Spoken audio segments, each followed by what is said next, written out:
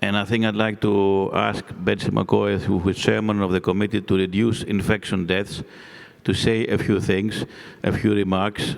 Again, it's sharing knowledge that helps the whole industry. So, Betsy, thank you. Thank you. I'm so glad to be with you today. Here is an alarming fact. The number one predictor of which hospital patients contract a deadly infection, it's not the patient's age, it's not the diagnosis that brought the patient to the hospital, no. The number one predictor of which patients get a hospital infection is what room or what bed the patient is put in. If the patient is put into a hospital room or placed in a bed where a previous patient had an infection even 2 or 3 weeks before, the risk to the new patient goes up geometrically. In fact, according to the Columbia School of Nursing, the risk goes up 583%. That goes for methicillin-resistant Staphylococcus aureus, vancomycin-resistant Enterococcus, Clostridium difficile, and Acinetobacter, all 4 deadly infections. Why? Because of inadequate cleaning. In fact, a survey of 1,100 hospital rooms on the eastern seaboard of the U.S., from Washington, D.C. to Boston, some of the most prestigious hospitals in America, found that over half the surfaces in a patient's room that are supposed to be clean, disinfected, when one patient is discharged before the next one's brought in, were left untouched by the cleaners, including the bed rails and the over-the-bed table. In fact, if you have to eat your lunch in a hospital room, probably the safest place to put your sandwich is on the toilet seat. They never overlooked that. But this inadequate cleaning can be mitigated. Numerous studies we have now show that.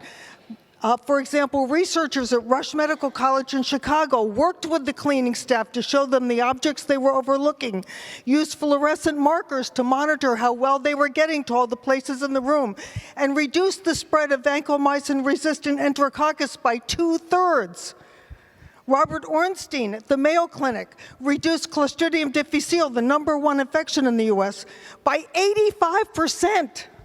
And at Stanford Hospital, where one of our board members is head of infection control, we brought down surgical site infections 55% and Clostridium difficile 56% through this practice of carefully training and monitoring the environmental services staff. So why isn't every hospital doing that? Well, because staff are very short in supply and turnover very quickly. I see people who work in hospitals nodding in agreement. But now, fortunately, there are new technologies available that can help us mitigate this problem. For example, 2 new technologies that allow us to continuously, automatically disinfect hospital rooms with the patients and the staff still in the room, non-toxically. One is called dry hydrogen peroxide. It comes out of the HVAC system. The other is called far UV light. UV light, but of a new, different wavelength that does not hurt the eyes, the lungs, or the skin.